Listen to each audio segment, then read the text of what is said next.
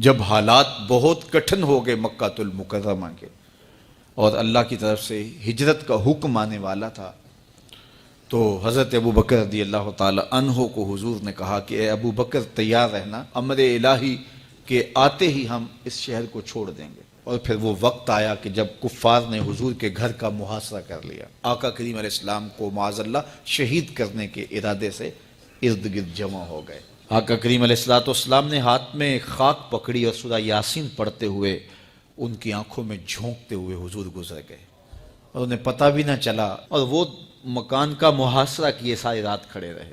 صبح بستر سے حضرت علی المرتضیٰ اٹھے، اللہ اکبر۔ تو آقا کریم علیہ السلام نکل گئے اور حضرت ابو بکر صدیق کے گھر تشریف لے گئے۔ اب دروازے کو دستک دینے لگے تو آواز آئی، حضور میں حاضر ہوں۔ حضرت ابو بکر صدیق تیار کھڑے تھے، تو کہا ابو بکر تم تیار ہو؟ کہا حضور آپ نے کہا نہیں تھا کہ تیار رہنا، کبھی ہجرت کا حکم آ سکتا ہے، تو میں تو اس دن سے ہی تیار رہتا ہوں کہ کب حضور آئیں اور جو فرمائیں میں وہی کروں۔ اور پھر وہاں سے لے کے حضور کو وہاں تک گئے، اور جبل سور کی چوٹی پر وہ غار ہے، اللہ اکبر، اس غار میں جانے سے قبل حضور کو باہر بیٹھنے کا کہا، عرض کی حضور ذرا میں غار کے اندر کے ماحول کا جائزہ لے لوں۔ غار کے اندر اترے، پہلے اس کو صاف کیا غار کو، پھر دیکھا جگہ جگہ سوراخ تھے، تو اپنا امامہ پھاڑ کے قمیض اتار کے اس کے ٹکڑے کر کے ان سوراخوں میں کپڑا دے دیا۔ 2 سوراخ ایک روایت کے مطابق، اور ایک روایت کے مطابق 1 سوراخ بچ گیا، اس میں اپنی ایڑی رکھ دی، اور پھر آواز دی جان عالم اندر تشریف لائیے۔ تو آقا کریم علیہ السلام غار میں چلے گئے، تو سیدنا صدیق اکبر رضی اللہ تعالی عنہ نے اپنی گود میں آپ کا سر رکھا اور حضور لیٹ گئے۔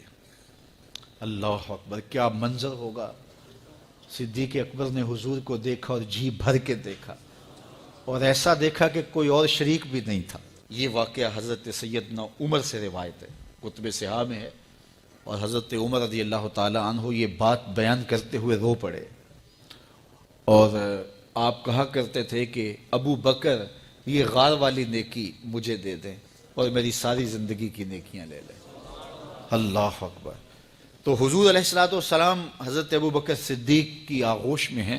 اب ہوا کیا کہ سانپ نے جب ہر راستہ مسدود پایا، تو خیر وہ اس راستے پہ پہنچا جہاں انسانی گوشت نظر آیا، تو سانپ نے پھر ڈنگ لگایا۔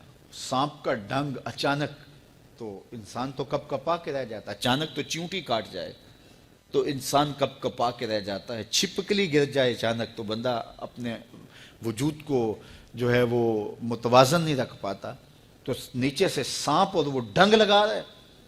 لیکن لفظ سنیے، یہ حضرت عمر کی روایت ہے کہ حضرت سیدنا صدیق اکبر نے اپنی ٹانگ کو جنبش نہیں آنے دی، مخافت ان یتنبہ رسول اللہ، اس ڈر سے کہ کہیں حضور بیدار نہ ہو جائے۔ ساری توجہ ادھر رہی، بے اختیار آنکھوں سے آنسو ڈھلک پڑے، درد کی شدت اتنی تھی، اور آنسو گرے تو حضور کے رخسار پہ۔ آقا کریم بیدار ہو گئے۔ بیدار ہوتے ہی میرے حضور نے کہا، مالک یا ابا بکر، ابو بکر کیا ہوا؟ تو یہ ہوتی ہے ہنگامی صورتحال۔ ہنگامی صورتحال میں کسی کو پکاریں یا کسی کو کوئی جواب دیں تو مروجہ آداب کی رعایت کے ساتھ جو لفظ بولے جاتے ہیں وہ ترک کرنے پڑتے ہیں۔ اس مائک میں کرنٹ تھا، تو میں قریب ہونے لگا، تو آپ نے مجھے متنبہ کرنا تھا، تو میرے ساتھ آپ بہت پیار کرتے ہیں، بہت محبت کرتے ہیں، تو آپ نے اگر مجھے یہ بتانا ہو کہ اس میں کرنٹ ہے اور اگر آپ نے منہ قریب کر لیا تو آپ کو نقصان پہنچ سکتا ہے، تو میرے نام کے ساتھ 20 القاب لیں گے؟ آپ نہیں لیں گے، آپ جلدی جلدی جو ہے وہ مجھے کہیں گے جناب یہاں کرنٹ ہے، تو میں یہیں سے رک جاؤں گا۔ یہ تو ہے کہ آپ میرے لیے کر رہے ہیں، اور اپنے لیے کسی کو پکاریں تو پھر بھی یہی بات ہے۔ اللہ اکبر۔ اب حضور نے جب کہا نا مالک یا ابا بکر، ابو بکر کیا ہوا، تو اب ہنگامی صورتحال تھی نا، تو فوراً کہتے لدغت، ڈسا گیا، مجھے سانپ نے ڈس لیا، فوراً یہ کہتے نا۔ لیکن حضرت ابو بکر تیری محبت پہ قربان، کائنات میں آپ نے ایسا عاشق نہیں دیکھا ہوگا، سانپ ڈنگ پہ ڈنگ لگا رہا ہے اور ٹانگ شل ہو گئی ہے، زہر سرایت کر گیا ہے۔ حضرت ابو بکر نے جواب دیا، لدغت فداک امی و ابی یا رسول اللہ، حضور میری ماں بھی آپ کے قدموں پہ قربان، میرا باپ بھی آپ کی راہوں پہ نچھاور، مجھے سانپ نے ڈس لیا ہے۔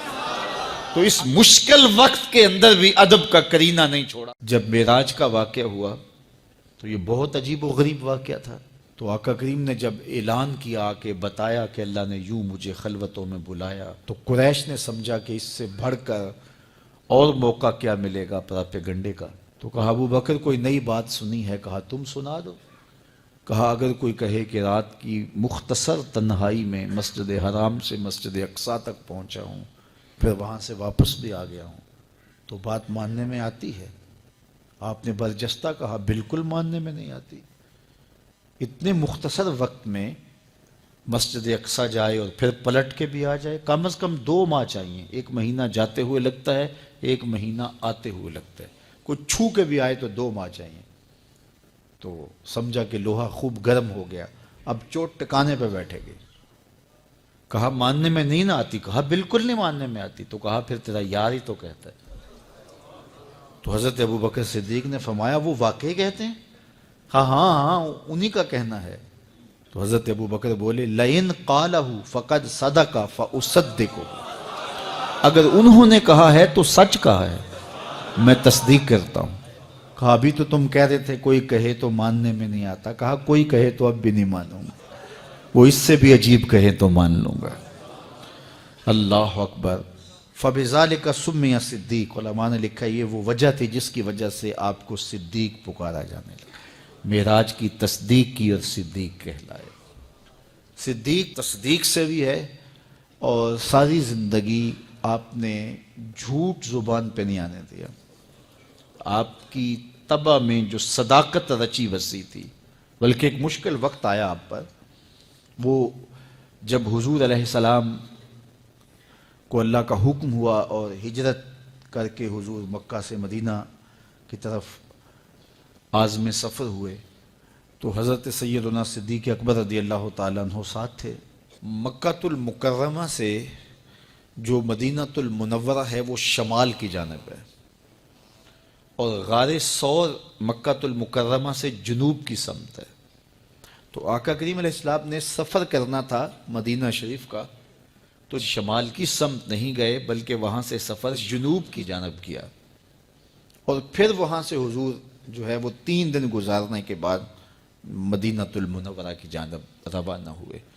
یہ سارے ادھر ڈھونڈتے تھکتے رہے، اور حضور وہاں آرام کرتے رہے، اور 3 دن کے بعد جب ڈھونڈ کے ان کو کچھ نہ ملا، تو آقا کریم وہاں سے نکلے اور سیدھا مدینہ المنورہ کی جانب عازم سفر ہوئے۔ انہوں نے 100 سرخ اونٹ حضور کی گرفتاری کے لیے انعام رکھا ہوا تھا۔ تو مختلف قبائل کے لوگ حضور کو ڈھونڈنے کے لیے نکلے تھے کہ بہت بڑا انعام ہے، 100 سرخ اونٹ ملیں گے۔ ایسے لوگ بھی تلاش کر رہے تھے جو حضور کو جانتے نہیں تھے۔ تو راستے کے اندر حضرت ابو بکر صدیق سے کوئی شخص ملا، اور اسے شک پڑا کہ جن کو میں ڈھونڈ رہا ہوں کہ وہ کہیں یہی نہ ہو۔ تو اس نے حضرت ابو بکر صدیق سے پوچھا آپ کا نام؟ تو انہوں نے کہا میرا نام عبداللہ ہے، ابو بکر ہوں۔ تو اس نے پھر حضور کا پوچھا۔ اب حضور کو وہ ڈھونڈ رہے ہیں، آج امتحان آیا نا، صدیق اکبر کی صداقت کا امتحان آ گیا اور عشق کا امتحان آ گیا۔ اگر کہیں یہ حضور ہیں تو عشق گوارا نہیں کرتا کہ یہ گرفتاری عمل میں آئے، اور اگر کہیں کہ یہ حضور نہیں ہیں تو ابو بکر صدیق کیسے رہیں گے؟ آج کل تو وہ سڑکیں بن گئی ہیں اور سائن لگے ہوئے ہیں، آپ اکیلے یہاں سے نکلیں تو جہاں جانا چاہیں خود جا سکتے ہیں۔ اس وقت تو پہاڑی راستے ہوتے تھے، یا تو لوگ قافلوں کے ساتھ چلتے تھے، اور اگر کسی کو ہنگامی طور پہ اکیلے جانا پڑتا تو وہ گائیڈ ساتھ لیتا جو راستے بتاتا۔ اس کو عربی میں ہادی کہتے ہیں، ہادی، رہنما، گائیڈ جو راستہ بتاتا۔ تو حضرت ابو بکر صدیق سے اس نے پوچھا یہ کون ہے آپ کے ساتھ؟ تو حضرت ابو بکر صدیق بولے ھذا ھادی یہدینی الی صراط المستقیم، یہ میرا ہادی ہے جو مجھے سیدھی راہ پہ چلا رہا ہے۔